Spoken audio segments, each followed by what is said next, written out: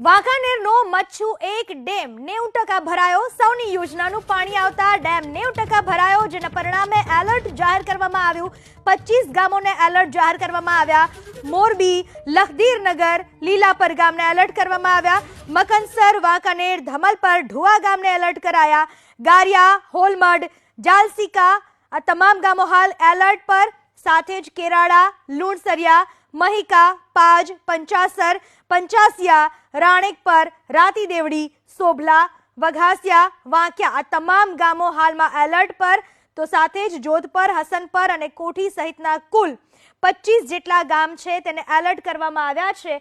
મોરબીનો મચ્છુ એક ડેમ જે હાલમાં 90% ભરાઈ ચૂક્યો છે અને વાંકાનેરનો મચ્છુ એક ડેમ 90% ભરાતા એલર્ટ જાહેર કરવામાં આવ્યું છે। 25 ગામો હાલમાં એલર્ટ પર, લોકોને નજીક ન જવા માટેની સૂચના આપી દેવામાં આવી છે।